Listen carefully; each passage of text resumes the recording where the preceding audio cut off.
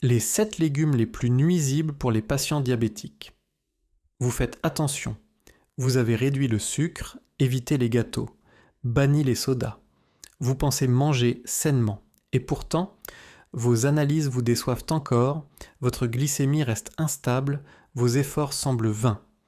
Et si le coupable se cachait là où vous ne l'attendez pas, dans votre assiette, sous forme de légumes?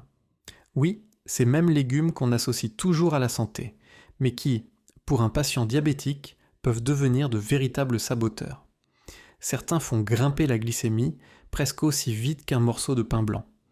D'autres entretiennent une inflammation silencieuse qui fatigue le pancréas. Et le pire, c'est que vous les consommez peut-être chaque jour convaincus de bien faire. Aujourd'hui, nous allons lever le voile sur 7 légumes qui compliquent la vie de votre glycémie. Vous découvrirez pourquoi ils sont problématiques, comment ils agissent dans votre organisme, et surtout, par quoi les remplacer. Restez bien jusqu'à la fin.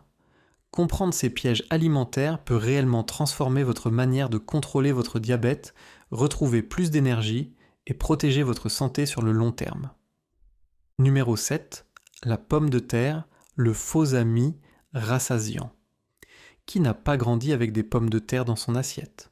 En purée, rôties, frites, en gratin, elles évoquent la simplicité, la chaleur familiale, un plat qui tient au corps. Mais derrière cette image réconfortante se cache un piège pour les diabétiques. La pomme de terre possède un indice glycémique parmi les plus élevés. Autrement dit, une fois avalée, elle libère son sucre presque aussi vite qu'un dessert. Résultat, votre glycémie grimpe en flèche, votre pancréas s'épuise et cette énergie brutale laisse place, peu après, à une fatigue écrasante. Le problème, ce n'est pas seulement la quantité de sucre, mais la vitesse à laquelle il envahit le sang. Et pour une personne diabétique, ce pic éclair devient un véritable danger, jour après jour. La bonne nouvelle, c'est qu'il existe une alternative. La patate douce, plus colorée, plus riche en fibres, elle libère ses sucres doucement, sans provoquer ces montagnes russes glycémiques. En plus, elle apporte des antioxydants qui protègent vos yeux et vos vaisseaux sanguins. Alors, la prochaine fois que vous pensez purée de pommes de terre, essayez la version à la patate douce. Votre glycémie vous dira merci et vos papilles aussi. Numéro 6. Le maïs. Le sucre qui ne dit pas son nom. Le maïs, c'est le légume des souvenirs heureux.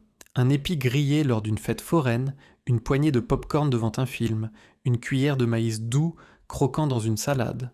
Son goût sucré semble innocent, presque enfantin. Et pourtant, pour un diabétique, le maïs peut se transformer en ennemi silencieux. Pourquoi?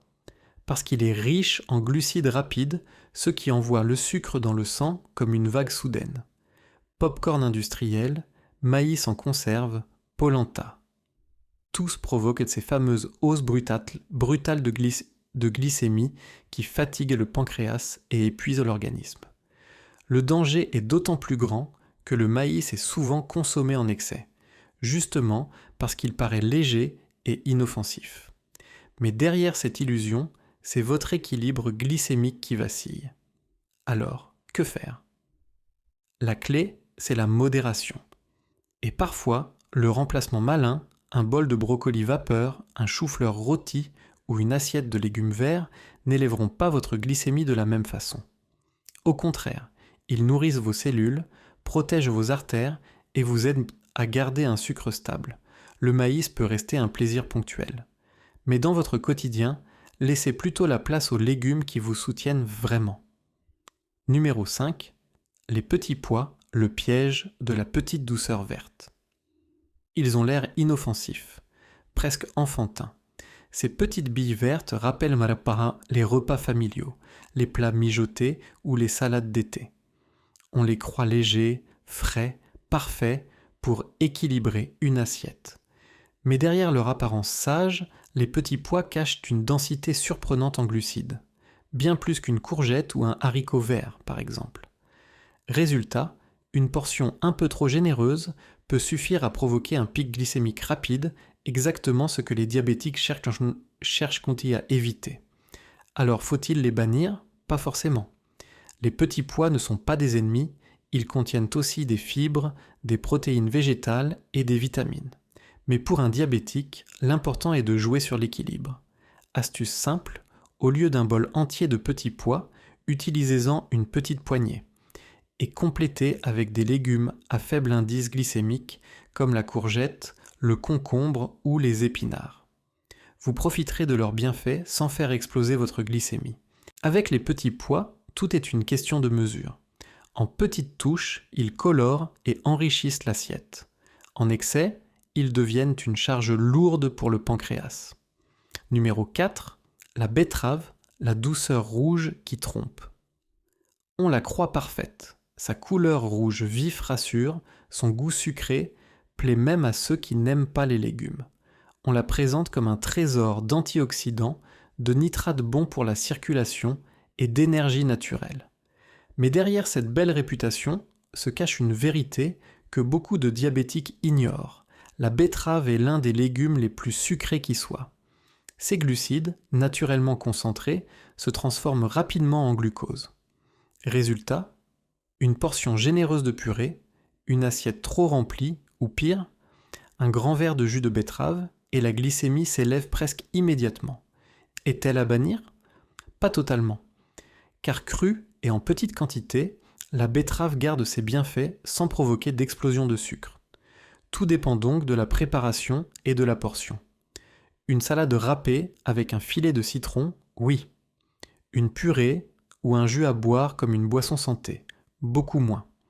Avec la betterave, l'illusion est redoutable. Un légume certes, mais qui agit presque comme un fruit très sucré. La clé, c'est la modération intelligente. Numéro 3, la citrouille, le faux ami des assiettes d'automne. Chaque automne, elle s'invite dans nos cuisines, rôtie au four, transformée en soupe, veloutée ou en purée douce. Elle semble inoffensive, presque réconfortante. Sa couleur orangée évoque chaleur et gourmandise. Mais derrière ce charme se cache un piège pour les personnes diabétiques. La citrouille contient plus de glucides qu'on ne le croit. Et ce n'est pas tout. Lorsqu'elle est cuite longtemps, ses sucres naturels se libèrent rapidement, provoquant une montée de la glycémie presque aussi rapide qu'un dessert. Alors faut-il la bannir totalement ? Non. Mais il faut apprendre à la consommer avec intelligence. Limiter la portion pour ne pas surcharger le sang en sucre. Éviter les préparations concentrées comme les purées épaisses ou les tartes sucrées.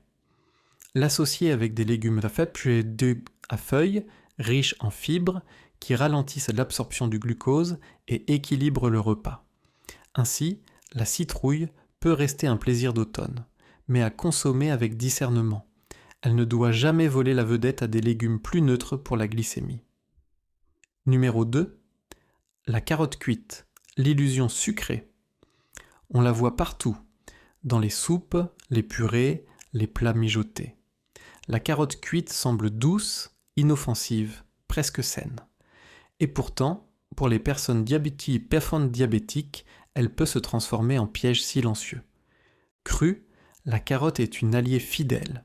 Son sucre se libère lentement, l'indice glycémique reste bas et elle nourrit sans provoquer de pic. Mais dès qu'elle est cuite, sa nature change.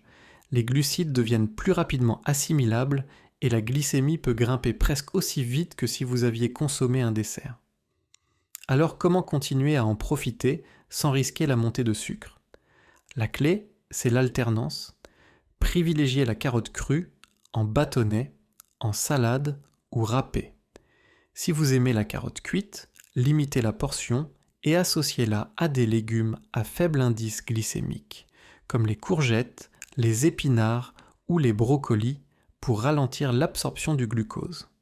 Ainsi, la carotte reste un plaisir coloré et nutritif, mais seulement si elle est consommée avec discernement. Numéro 1. L'igname, le tubercule trompeur. À première vue, l'igname semble un allié idéal, riche, nourrissant, plein de vitamines et de minéraux. On pense spontanément à elle pour se sentir rassasié et plein d'énergie. Mais derrière cette apparente douceur se cache un piège pour les personnes diabétiques. L'igname est lourd en glucides et possède un indice glycémique élevé. Une portion généreuse peut faire grimper le sucre dans le sang presque aussi vite qu'une pomme de terre ou une purée sucrée. Et pour ceux qui surveillent leur glycémie, ce pic est un vrai danger. Alors, comment continuer à profiter de ce tubercule sans compromettre sa santé ? La règle est simple mais efficace. Petite portion uniquement, jamais en excès. Associée à des légumes verts ou à des protéines pour ralentir l'absorption du glucose. Et parfois, remplacer l'igname par une variété plus douce, comme la courge kabocha, qui libère son sucre lentement et préserve la glycémie. Ainsi, l'igname reste un plaisir de saison, mais uniquement si vous la consommez avec intelligence et modération. Jean, 65 ans. Depuis que j'ai découvert que certains légumes que je consommais chaque semaine faisaient grimper ma glycémie, j'ai complètement changé mes habitudes. Je remplace maintenant les pommes de terre et les ignames par des légumes à faible indice glycémique. Mes analyses se stabilisent et je me sens beaucoup plus énergique après les repas. Marie, 62 ans. Je pensais bien manger en ajoutant des carottes et du maïs à chaque repas. Mais ma glycémie restait instable. En réduisant ces légumes et en les associant à des légumes verts ou des protéines, j'ai enfin retrouvé un équilibre. Mon médecin a remarqué l'amélioration et moi je me sens plus léger et moins fatigué. Conclusion. Manger avec discernement pour mieux vivre. Ce que nous retenons, c'est que tous les légumes ne se valent pas pour les personnes diabétiques. Certains, comme la pomme de terre, le maïs, les petits pois, la betterave, la citrouille, la carotte cuite ou l'igname, peuvent, consommés sans vigilance, faire grimper la glycémie et compliquer la gestion du diabète. Mais ce n'est pas une raison de se priver. Il ne s'agit pas d'exclure tous ces aliments de votre assiette. Il s'agit d'apprendre à les choisir, à les préparer et à les associer intelligemment. Une petite modification dans vos habitudes peut transformer vos repas et, avec le temps, vos analyses sanguines.